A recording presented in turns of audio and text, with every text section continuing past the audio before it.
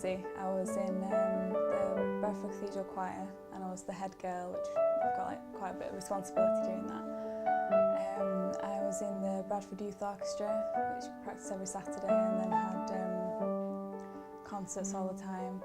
I was in the school orchestra, the school chamber orchestra, the school choir, the school chamber choir, and then I had piano, violin, singing lessons, theory lessons.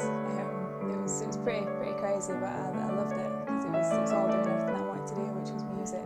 As a young girl, very strong-willed, very determined, very busy, very active.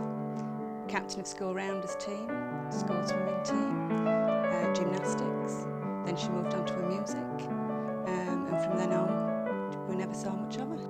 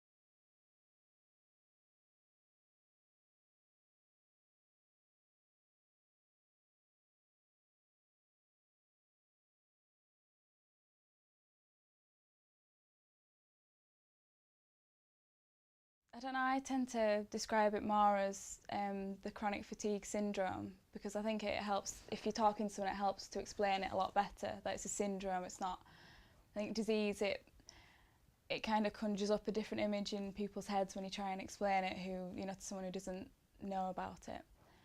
So it's, and it's hard because it affects so many different people and it affects them in totally different ways.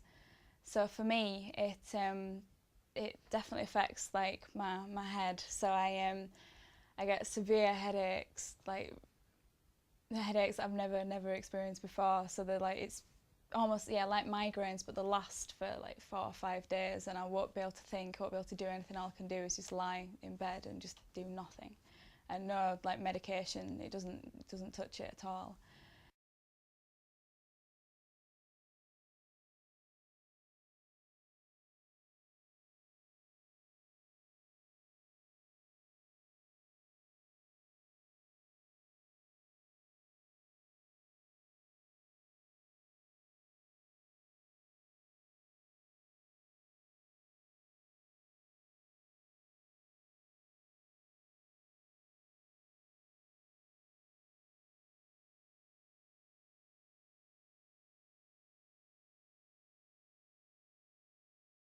It's an illness which has, as you know, many names. It's called myalgic encephalomyelitis, and it has many names because people disagree about the name. In fact, people disagree about just about every aspect of this illness. It's an illness which normally starts following a viral infection, and most people with this illness are in their 20s, 30s, 40s when it starts. They're normally, like I was, a perfectly fit young adult. They get an infection, the infection goes away, and they continue to have these sort of feelings affecting muscle, brain, so they have exercise-induced muscle fatigue. They have a range of brain problems with memory, concentration, attention span, dizziness, problems with balance, problems with temperature control. And on top of that, which is where it got another name from, this awful media name of yuppie flu, they continue to feel as though they've got a flu-like infection going on. So they have glands up, sore throats, and just generally feeling flu-like. So it's that combination of muscle, brain, infective flu-like symptoms that makes the diagnosis, the typical diagnosis and the typical clinical history of this illness. you struggle with your memory. It affects your concentration, your memory. And with me, it seems to affect it quite severely. So if I'm talking to someone, sort of like now, I'll keep on mixing up my words, or I'll forget what I'm trying to say, I'll forget what they've said, what the question is.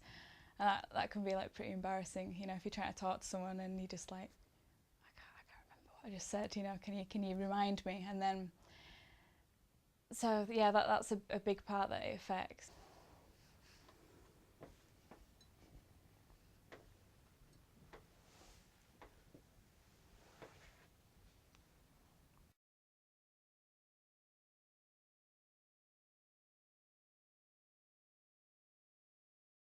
I've been ill for like probably about a year, and that's obviously when I missed a lot of school and stuff and really didn't know what was happening. People thought I was being like really, really lazy. But what was the question? When were you first diagnosed? That was it. Yeah, it was a year ago. Yeah, a year ago I was diagnosed with it, and it was like a great like relief because I finally knew what it was. And the doctor was like, you know, did you have any questions? Like, no, it's, you know, it's fine. Now at least I'm, you know, got something to tell people what it is. And then you realise that people don't really believe it and don't really understand it. So then it was another big thing to deal with. The girl now spends 80% of her time in this house. She goes for days without seeing anybody. She's very slow when we're out walking. She doesn't sing anymore. She can't sing because of swollen glands and throat problems. She can't lift the violin, which sounds ridiculous, but it's just too heavy. She gets depressed. And she's just not the life and soul of the party like she used to be. She comes home very upset at times.